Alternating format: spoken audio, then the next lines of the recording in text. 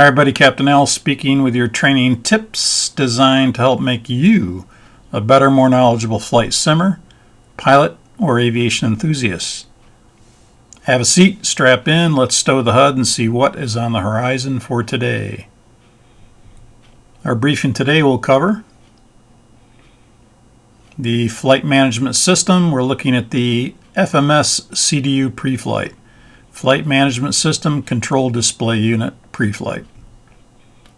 Let's start out with a familiarization of the CDU in case you're not familiar with it. Going from bottom to top, we have alpha keys and numeric keys. Together, these are known as the alpha-numeric keypad.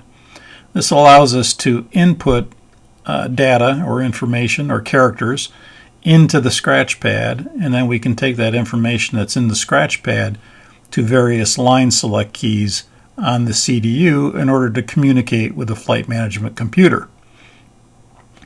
Just above that are function keys.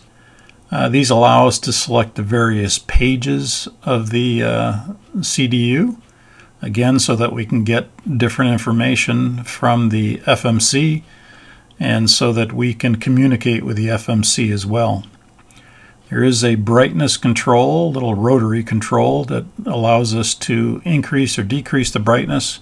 Going clockwise would increase the brightness, going counterclockwise would decrease the brightness. And then just below that there's an execute key. The execute key, its primary function is to, when you make a modification to your lateral or your vertical profile, then in order to make that part of your route, you're going to have to execute it. And so the little light underneath the execute, the EXEC, will illuminate, and then verification would be required by both pilots to agree prior to you executing. Once you execute, then you make that modification in the lateral profile or the vertical profile active at that time.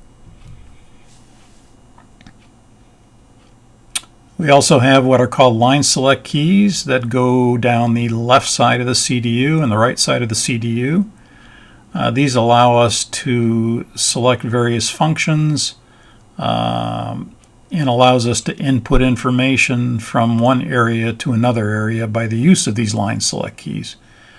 They are, in our mind, they are numbered from L1 to L6 and R1 to R6 so we can identify where we should put information. For example, if we said select R5, then you would select the, in this case there's nothing at R5, but if we said select L5, then you would select the takeoff carroted prompt.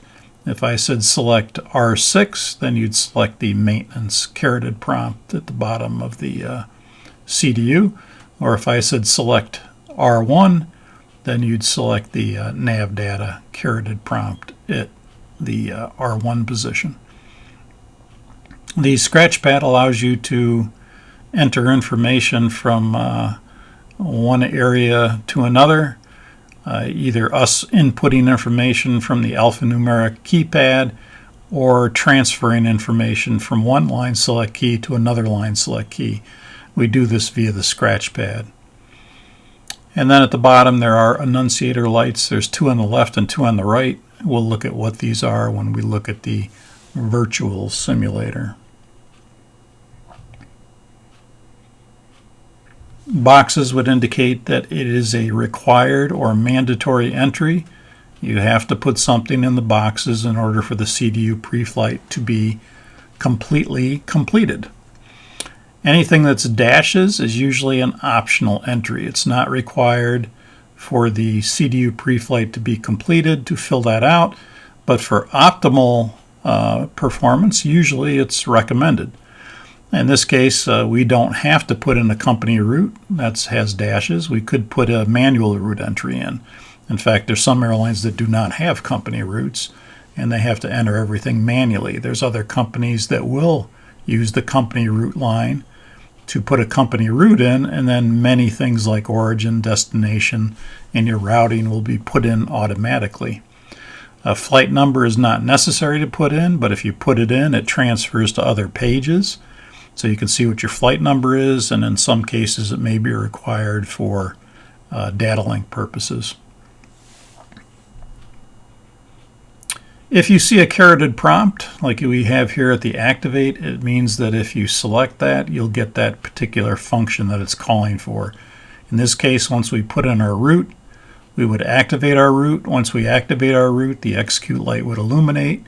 We'd execute, and then of course we got that particular function when we selected that. In the case of route 2, if you select that caroted prompt, then that will take you to the route 2 page. So whenever you select the caret, it takes you to the particular page that is next to the caret.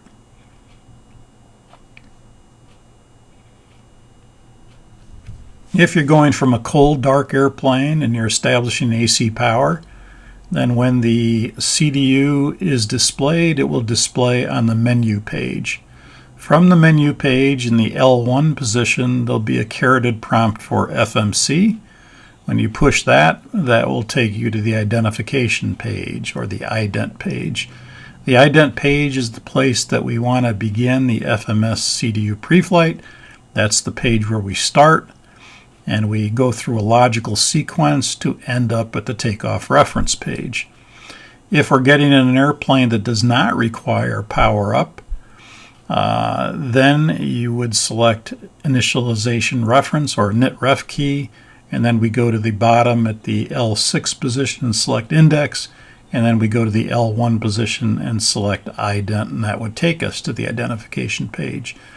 And we'll look at all of this in the virtual simulator, how we can accomplish that.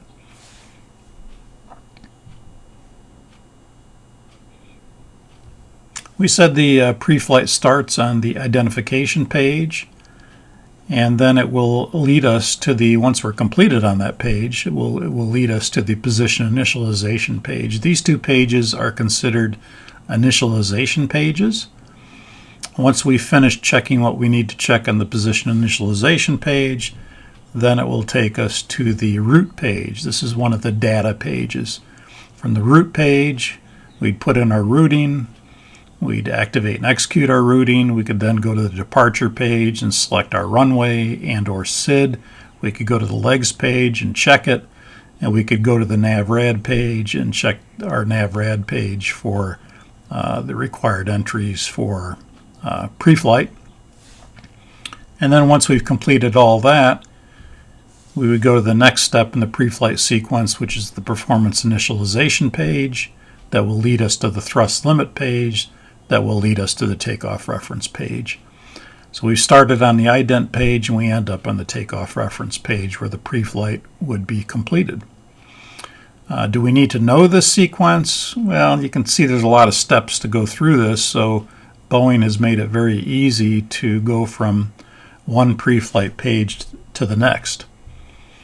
We normally do that at the R6 position where we will have a caroted prompt that leads us to the next step in the pre-flight sequence. So if we're on the ident page in the R6 position, there'll be a prompt for pause init. That's the next step in the pre-flight sequence. Once we're on the position initialization page, there'll be a caroted prompt for the next step in the pre-flight sequence, which will be the route page. Once we complete our routing and we put in our route, then we would have an activate prompt. We would push that, activate, and execute our route.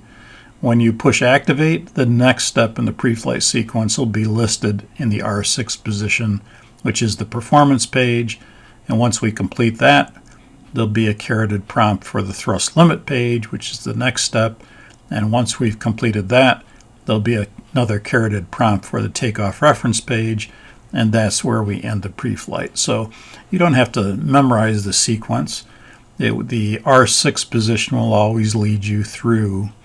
There's a few exceptions to that, but it will always lead you through the pre-flight sequence when you're first setting up. So let's go to the virtual simulator and take a look at some of these items in action. Okay, we're in the virtual simulator now. Let's bring up the captain's FMS-CDU Flight Management System Control Display Unit, otherwise known as the CDU Control Display Unit. That's what we'll call it from now on. We've completed the safety check in the electrical power-up procedure. We've established AC power. We've adjusted our lighting. We've done the preliminary pre-flight procedure. And now we're at the point where we're going to start the FMS-CDU pre-flight procedure. You'll notice that on initial power-up, the menu page is the default page that will come up. But you'll also notice that the L1 position up here is the caroted prompt that says FMC, and that allows you to get to the FMC function of the MCDU, or multi-purpose, multi-function control display unit. So if we push FMC, that will take us to the IDENT page, and that's where we want to start the FMS-CDU Preflight. Let's talk just a little bit about familiarization again with the control display unit in case you are not familiar with it. Starting from top to bottom, there are left line select keys, 6 of them that go from L1 through L6, and there are 6 right line select keys that go from R1 to R6. So this would be R1, R2, R3, R4, R5, and R6, and these would be L1 through 6. The line select keys is what allows us to transfer data from one area to another area. It also allows us to transfer information from the Scratchpad into a line select key. Of course, the main area is the screen itself. The display is a monochrome green color in the 747-400. There are no other colors other than green. Just below are the function keys. This whole area is the function keys. And when you press a function key, it gives you the page that you select. So in general, if we press the progress key, we'll get the progress page. If we push VNAV, we'll get one of the VNAV pages. If we push init ref, we'll get one of the initialization reference pages, and so forth and so on. Included in that is a next page key and a previous page key. If there's multiple pages, this allows us to get to the next page in sequence or the previous page in sequence. In the function keys, there's also an execute key. The execute key has a light underneath it. This light will illuminate when you have a pending modification to your lateral or your vertical route. Once you push that, that will allow the modification to become part of your route. Coming down here, we have the alphanumeric keypad. In addition, you have some special characters like a clear key, a slash key, delete, space, if you want to put plus or minus, or a decimal point. Those are all located in the alphanumeric keypad section. The alpha section, the alpha characters are in rows of 5. You'll notice that the E, N, S, and W are boxed. This is for latitude, longitudes. So if you want to find north really quick, it's a boxed key. There are annunciator lights, 2 on this side, 2 on this side. You'll see we have 1 illuminated right now. That's the message light. Because we have a message in our Scratchpad, it's been more than 10 minutes. And the IRUs have been in the nav position, and they're ready to go. They're just asking for us to enter an IRS position, and then the PFD then and the ND would be allowed to align then once we do that. There is a brightness key or brightness rotary selector, and this will allow us to adjust the brightness. If we go counterclockwise, that's going to dim the display, and if we go clockwise, that allows us to bring the display brighter. Pretty self-explanatory. We do have a module on lighting, exterior and interior lighting, if you want to watch that for all the lighting characteristics of the airplane and how they all work. Let's see, anything else we want to talk about while we're here?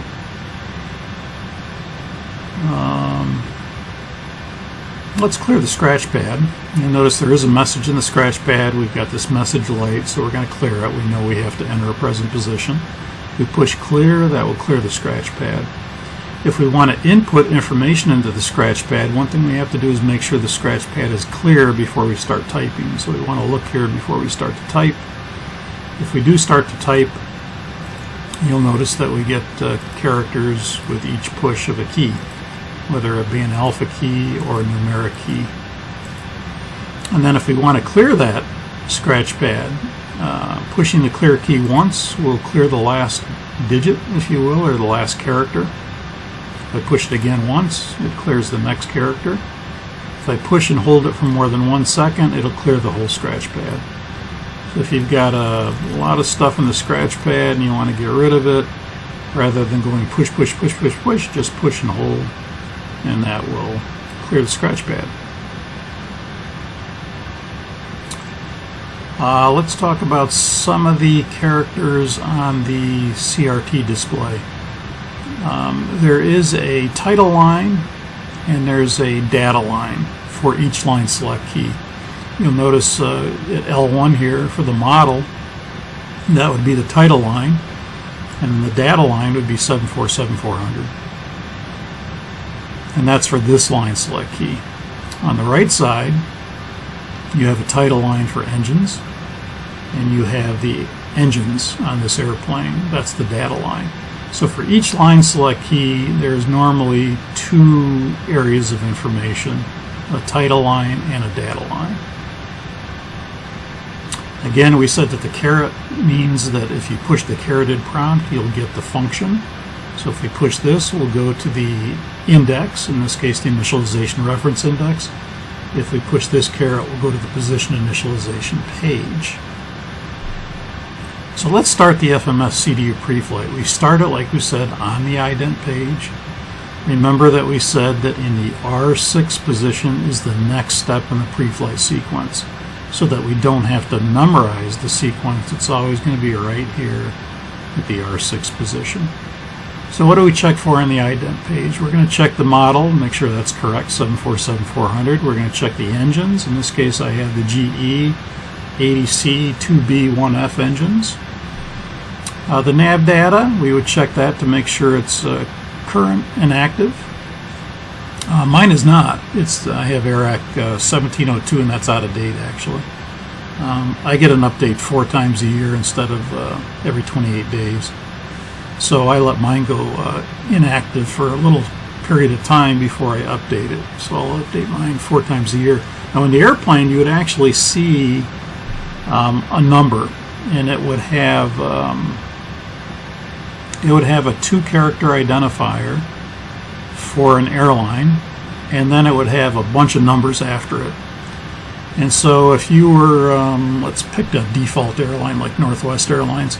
If you had a nav data for Northwest Airlines, it might say NW, and then the next number will be a 4, indicating it's a 400 nav database. And then there's a bunch of numbers after that that we don't care about. So in the actual airplane, we normally check that in case there's, just in the event that some nav data was put in there that was from some other airline, we always check that the airline is correct. The airline identifier is correct. And then we also check that there's a 4 after it, so we check NW4. In this case, we'll just check that because we're flight simmers, we're going to just check that our AIRAC is the one that we desire. Hopefully it's up to date, but since we're not flying in the real world, we don't have to keep it up to date. It helps to keep it up to date, but in my case, it's a little bit out of date because you can see we're almost into April and I'm good through March 1st. We really don't check the drag factor and fuel flow factor. Some airlines do, or they can put in via performance engineering. Based on the airplane's history, they can put in a drag or a fuel flow factor, but we don't normally touch that. Operating program we don't really care about. That's more of a maintenance function. We do care about the active database, and we could check to make sure that's current. Like I said, mine is not current, but I know that. That's about all we check. So what do we check? Model, engines, nav data, and the active nav database, and that's really about it. Then we can go to the next step in the pre-flight sequence, which is the pause init page. When we select that, we'll have our last position, This position could be inaccurate because of errors that have accumulated over time.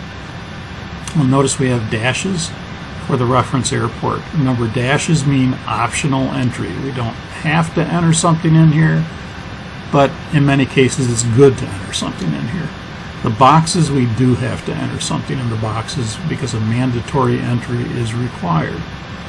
So in this case, we're going to enter the most accurate position. We are a GPS airplane, so that is the most accurate position. Technique-wise, I just like to put in my reference airport so I can cross-check the reference against the GPS position. So I'm at Seattle in this case. If I put in Seattle, you'll notice that I get my north 47, west 122. That's close to my last position. But you also notice it's very close to my GPS position. I'm at the gate, so it's not, this is the airport reference point, so it's not going to be as accurate. This is the gate position. It's exactly accurate from the GPS. So that's the position we want to use. In this case, you'll notice it's right information. So we're going to press the right line select key, the R4 key, and transfer that GPS message into the Scratchpad. I look down here and make sure the Scratchpad is blank. And I can go ahead and push that. That position will go into the Scratchpad, and then I can enter it into the boxes. Remember, boxes mean mandatory entry, so I've got to put something in there. When I do, you'll notice it blanked right away. It was ready to go after 10 minutes, and notice we do have alignment now in our PFD. You can see we have blue sky, brown earth. That's the easiest way to tell.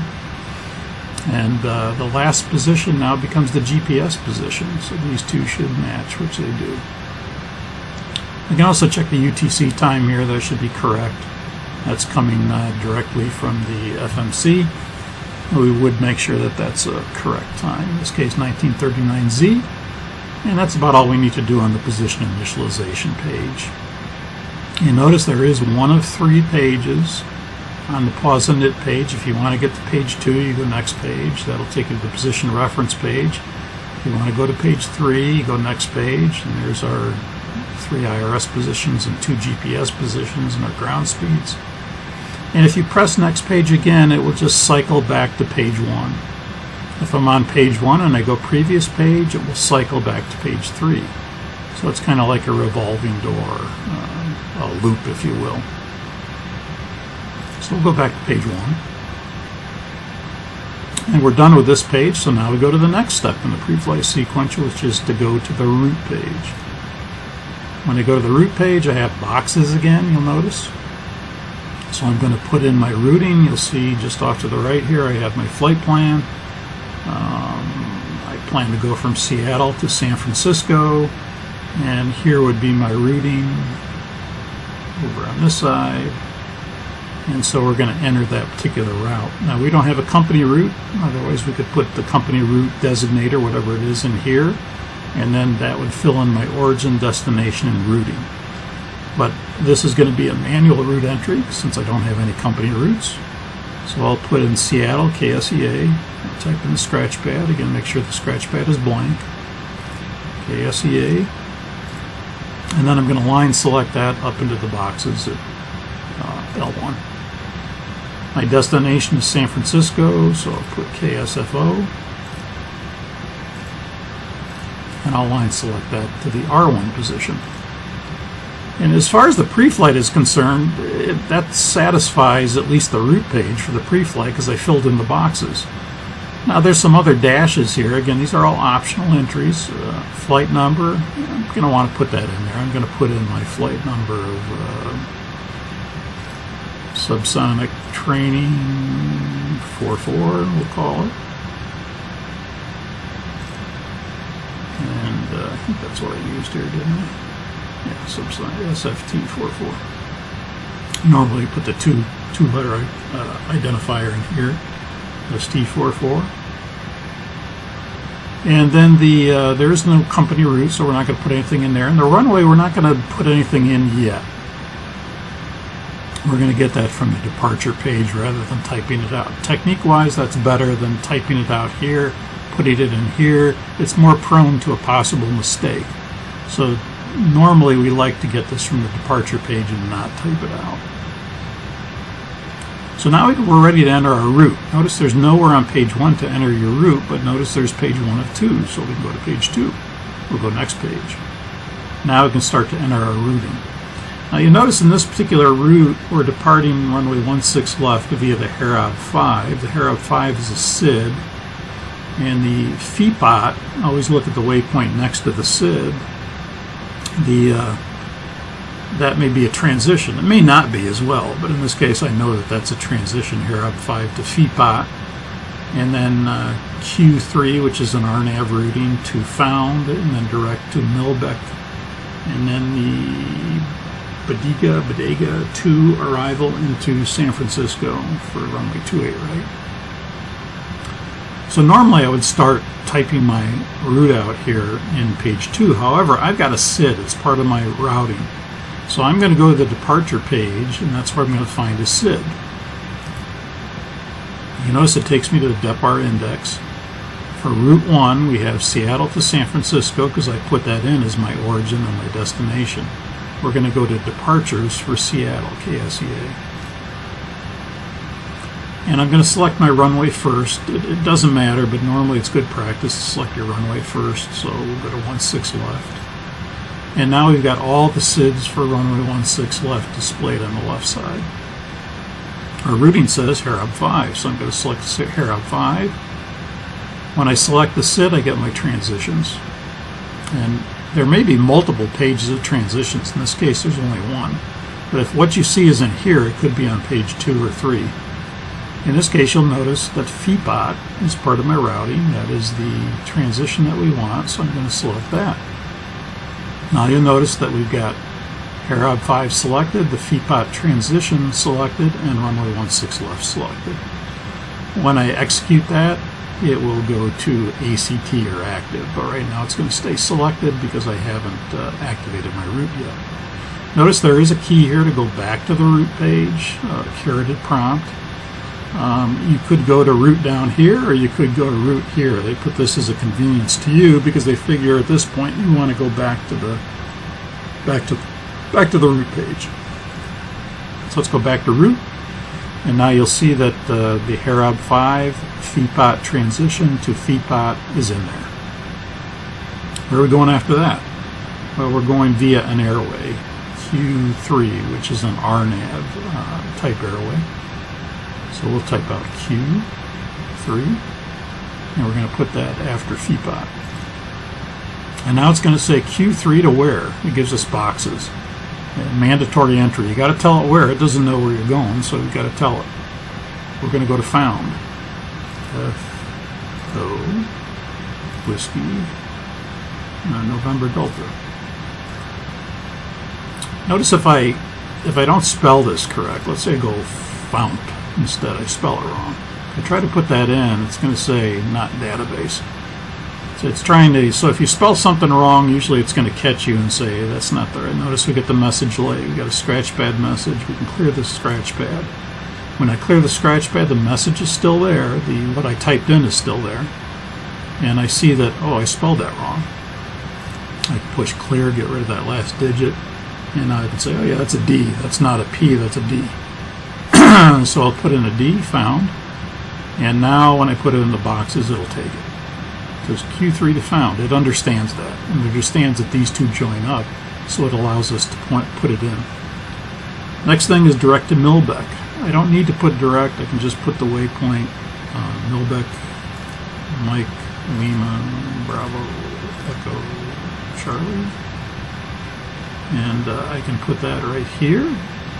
Remember, usually what goes under via are airways or direct. What goes under two are waypoints. Melbeck is a waypoint, so I'm going to put that under 2. And if you don't tell it an airway, it's going to automatically assume direct. So in this case, from Found, we're going to go direct Milbeck, which is what we want here. And then we have an arrival into San Francisco, the Bodega 2. Now, whenever you have an arrival like this, look at the waypoint before it, because that might be a transition for that star.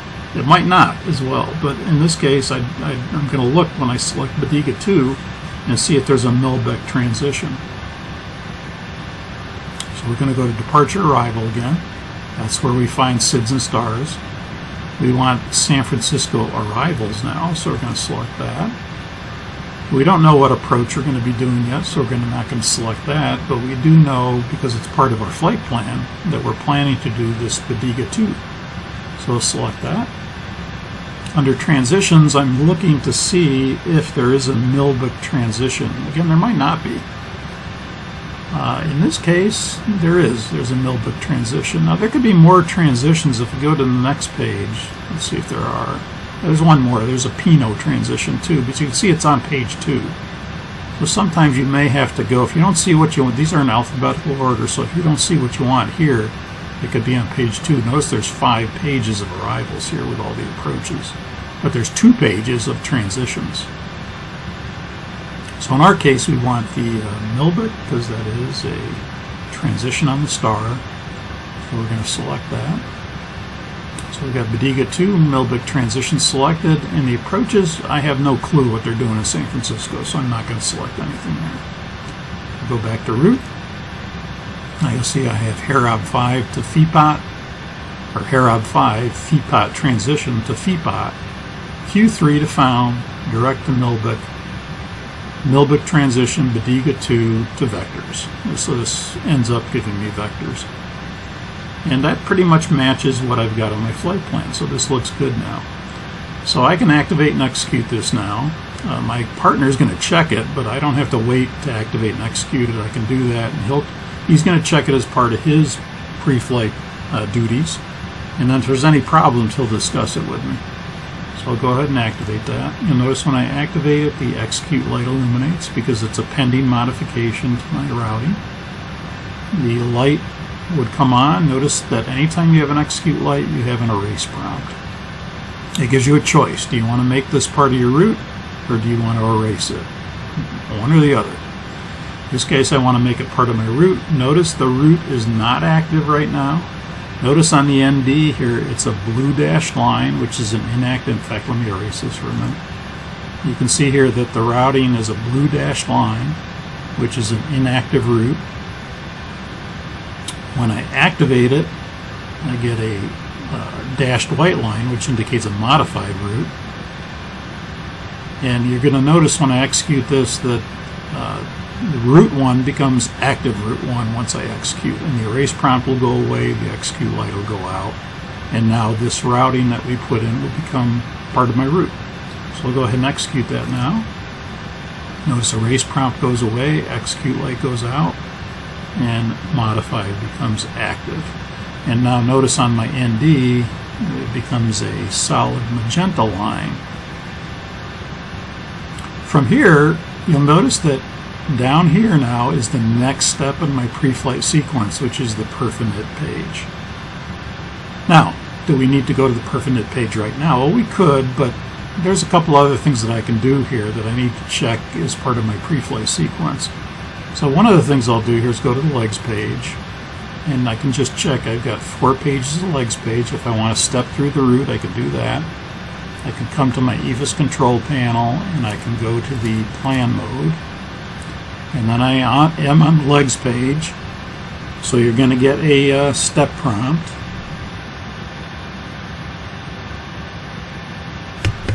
Sorry, I had to clear my throat.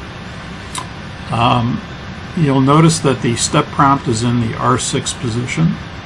The center prompt right now is on a conditional waypoint to fly 163 heading until passing 932 feet.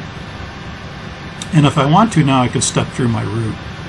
Now, against my flight plan, what I'm really going to check here are the courses and the distances. I'm not going to take the time to do that now, but really what I would want to do is come to my flight plan and come to the waypoint portion of the flight plan. And what I really want to do is check all the courses and distances against what's on my legs page. So I'd want to check the 163 course to Kavab, that it's 1 nautical mile, and the 164 course to Rienby, that it's 5 nautical miles, and the 244 magnetic course to Richer, that it's 5, and so forth and so on. I'm checking to make sure that the flight plan matches the courses and distances on the legs page. Stepping through the route is good to see if there's any discontinuities along the route. And I can bring the range up here a little bit so I can see a little better. So you'll notice as I push the step prompt that when I do, the center prompt moves now to the next waypoint, which is kebab. And kebab is in the middle of my ND now. It's right in the center right there. If I push it again, now Renby is in the center of the ND. If I push it again, now Richer is in the middle of my ND. And you can see I can step through the route. This is oriented to true north, so it's like you're looking at a chart. If you took out a map and opened it up, you can see we're going to be heading south, and then we're going to be heading west, and then we kind of make a turn to the southwest. So it's like you're looking at a chart. And we go ahead and step through the route. And what I'm really looking for is just that everything's smooth here. There's no anomalies in the database. There's no weird things going on. But again, is this good enough? Not really. It's nice to see the picture that everything's fine, but really what verifies everything is right here. You have to compare your flight plan against the courses and distances on your legs page. So we'll go ahead and step through here real quick. There's Harab in the center of the ND, Feepot, Famut, Firefly, Finer, Found, Milbeck, Johnny, Bigelow, Lazet, I love these names, Badiga, Cork, Bricks, and then from Bricks it goes out on 140 track for vectors, and then from there ATC would give us something to do. Radar vectors for the approach, more than likely. If I go next page, it'll start right at the top again, the center prompt. Of course, once we check this, make sure we always go back to map. We don't want to stay in plan. And so we can do that to check through our route. And then after that, we're going to go to the NavRad page. We've already done the DEPR because that was part of our routing, actually. But we go to NavRad, and we're going to check to make sure that there's not too much to do here other than check that these are being auto-tuned. Could be route-tuned as well, or procedure-tuned, but not manually tuned. So we don't want to see something like, if I put in, let me just put in pain. If I put in something like this and I see that, then it's being manually tuned, and I don't want to leave a nav aid manually tuned for the departure. I want to delete this because the FMC does everything we need it to do. It'll route tune waypoints, it will procedure tune waypoints for a SID. It really does most things that we want. That's not to say we can't manually tune for departure. We could, but then you got to remember to delete those and revert back to auto tuning once you're airborne. And there's no real reason to do that because Boeing's done an excellent job of these waypoints being route tuned and procedure tuned for you. So everything's good here. We're auto tuned. There's nothing in the ADFs. Excuse me. We could pre-select here if we wanted to. If we anticipated, well, we're going to take off on a runway, we might have to do an emergency return. And if we did, and we didn't have time to manipulate the approach in here, we could, some people do this as technique, they might put in an ILS frequency with the front course. I don't know what it is, I'm just playing with numbers here. And I could put that in the pre-select line. And then it's ready to go, that if I had a problem on takeoff and I just came right back around and I really don't have time to mess with the CDU, and it's for the approach back where I came from, I could simply line select that to the Scratchpad and put that in the ILS real quick. And so that's a way that, that's a technique. You don't have to do that. Well, some people will do that just for an emergency return. So once I'm done with that, I can go back to my route page. I could store that. If I wanted to make a copy of that, I could store that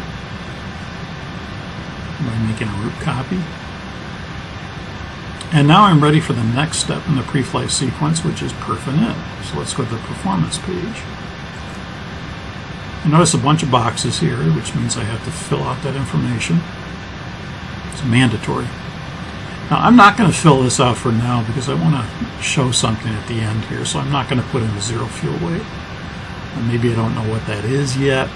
I probably do because it's part of my flight plan, and I can always update it when I get my final numbers. So in this case, you can see I'm planning on a zero fuel weight of 489.6. And once I get my closeout numbers, that might change, and then I could update it at that time. Or I could leave this blank like this. In this case, I'm going to leave it blank, or boxes. Reserves, let's just take a wag at that. Looks like my fuel here is, looks like the trip fuel is 30,000 pounds, and the contingency for 15 minutes, alternate at 9,000, and 30 minutes beyond that. So I'm just going to take a wag at this real quick. 9 and 9 is 18, 23, let's call it 23.8. So we'll put reserves in there at 23.8. My cost index, let's see if I can find that. This flight plan format I'm not that familiar with, but it's here somewhere. And the cost index.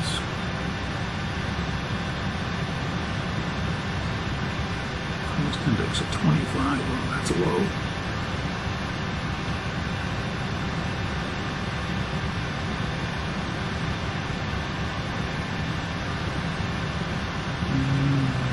The cost index at. I think that's it right there, cost index 25.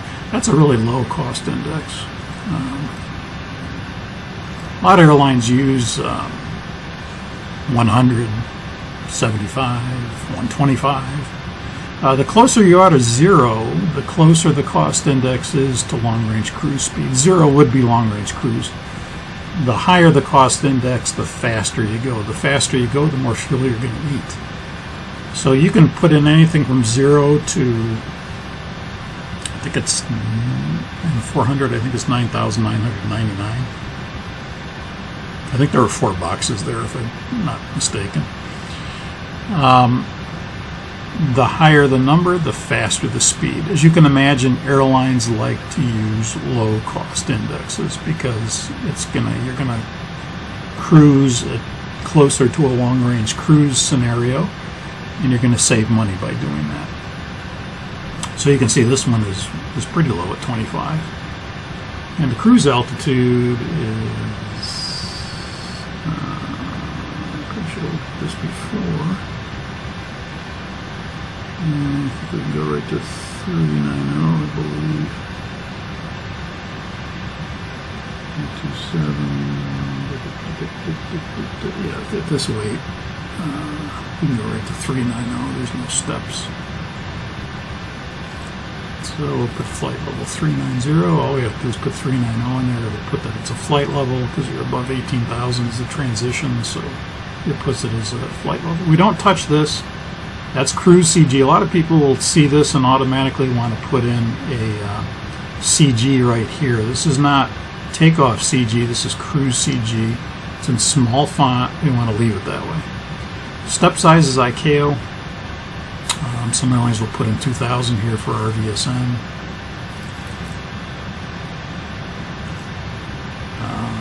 You can delete it to revert it back to ICAO.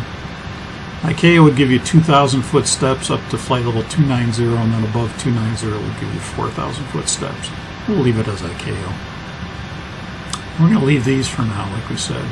And that's about all we can do here. Now we go to the next step, which is the thrust limit page. On the thrust limit page, we now have our thrust. We don't really have performance information here, but we're going to assume at this weight that we're okay for TO2 thrust. We're pretty lightweight, so we'll go TO2 thrust. That'll automatically arm climb to. TO2 would give us a fixed D rate of 15%. This varies by airline. TO1 might be 10% for some airlines, and TO2 might be 18%. In this particular case, it's 5%, 15%, but this is optionable by the airline, what they want. You can't reduce thrust more than 25%.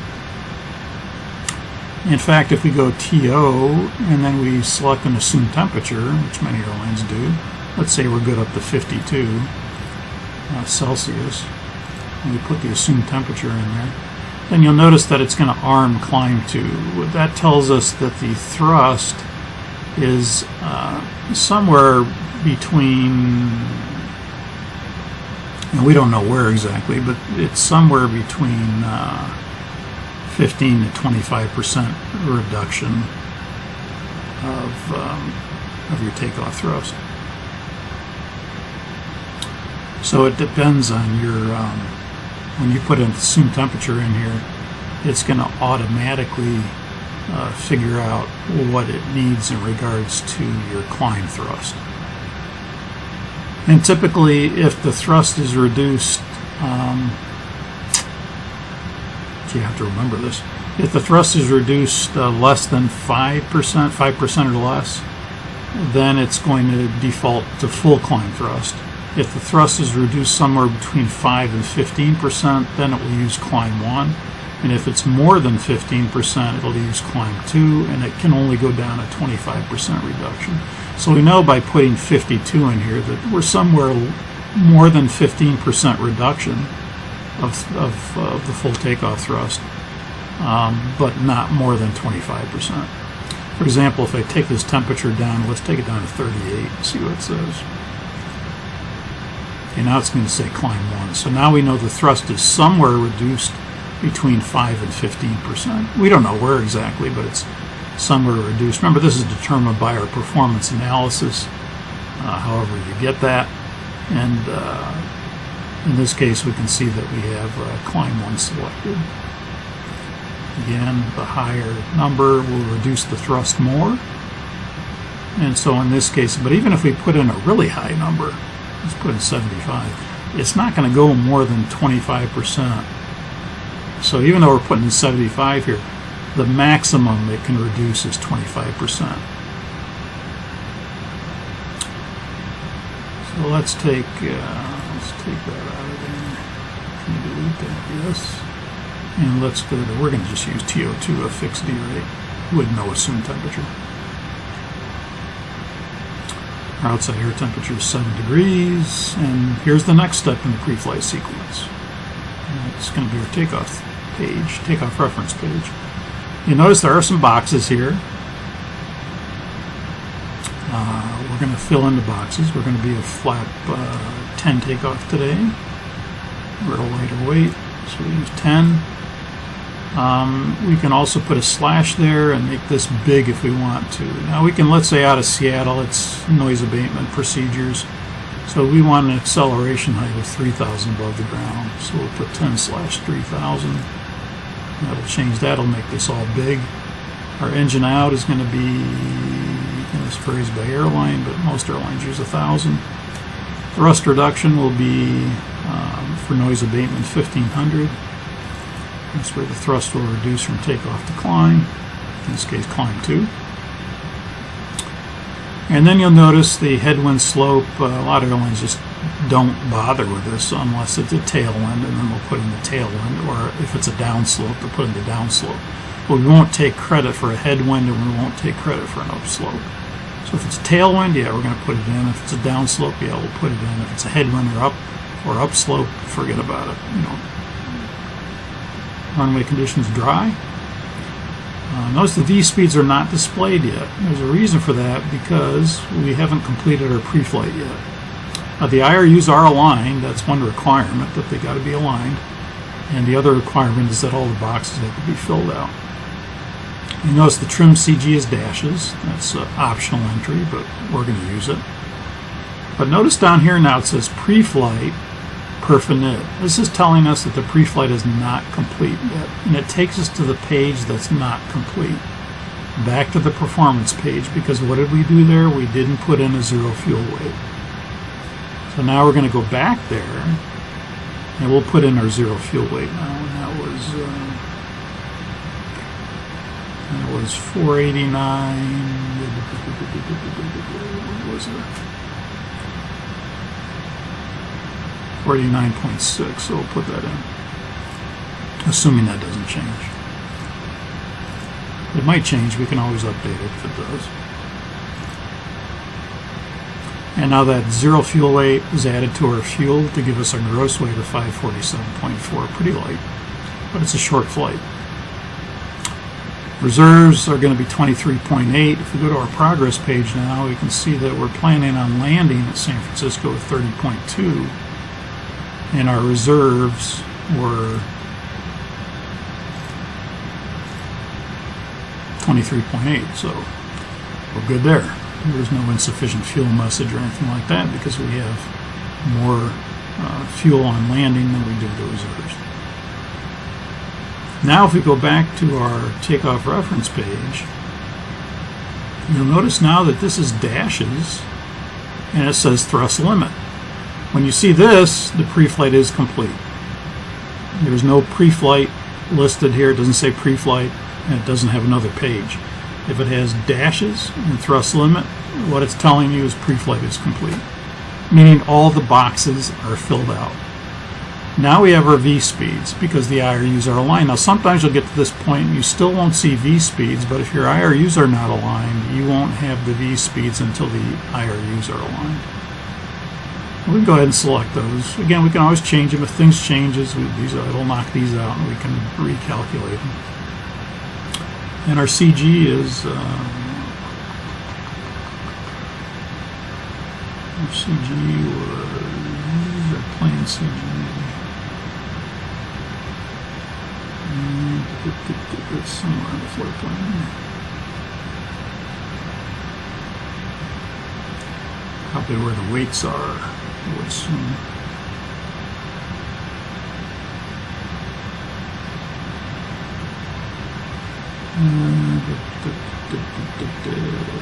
Can't find it here. Well, rather than tie us up with that, let's just put in, I think it was around 21. We'll put a 21% in there. You'll notice it takes a little bit to calculate, but then it'll calculate our trim setting of 5.7. We plan on taking off full length runway 16 left, so we don't have to put in any position shift. If we're going to take off down the runway for some reason, we could tell the FMC how far we want the shift to take place for where position updating occurs when we take off.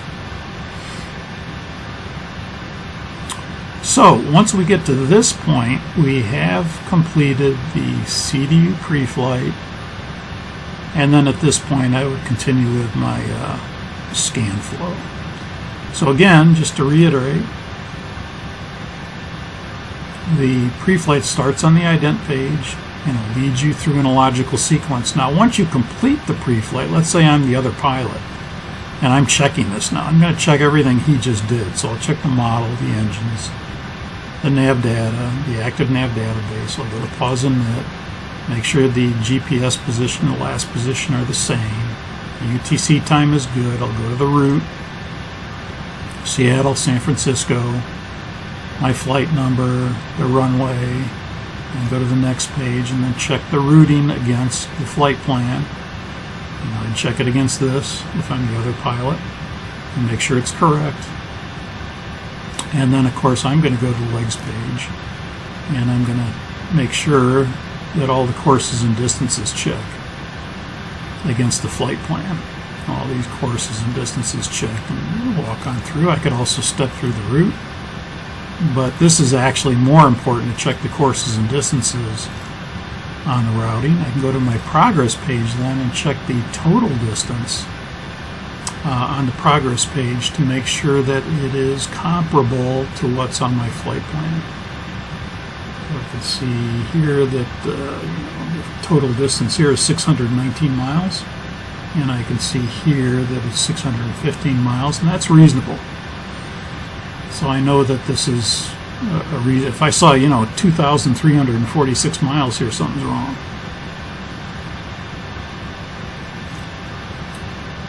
So go back to my route page. Then from here, you'll notice that it is a little out of sequence now. From my route page, once I check my route, it doesn't go to the perf-init page. So you would have to go init ref, performance, and now you're back here. Now you can follow the logical sequence. There's a little hiccup there once you activate and execute. But I want to get back to this page to check all these, and then thrust limit, and check that, and then take off and check that as the other pilot. Now, if you get on an airplane that is dark, or not dark, sorry, powered. You get on an airplane that's powered, which it normally is. Normally, quite frankly, we don't get on airplanes that are cold and dark. Normally they're powered up. Maintenance either powers them up, and they're at the gate waiting for us, or it's a crew change. And so in many cases, you might get on the airplane and it looks like this. The legs page is displayed. So what you're going to do then is, if you're going to start the CDU pre-flight, you're going to want to go init ref. That takes you to the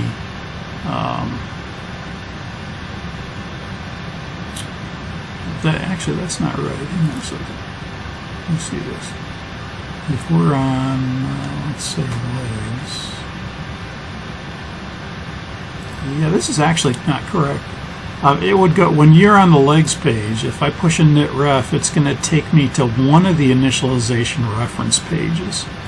Like it would probably, in this case, take me to the performance initialization page. And then I'd have to select index, and I'd have to select ident to get to the ident page. Now it looks like in the PMDG model here, let's see, I'm on, let's go to root, go pushing it. Yeah, this is actually just taking me directly to the index, which is great, but that's not how the airplane works. Or that's not how the real simulator works. So if you happen to be on any other page here, like let's say I'm on legs, and I push init ref, it takes me to one of the initialization reference pages based on the logic that it thinks I want to look at. And usually on the ground, that's going to be the performance initialization page.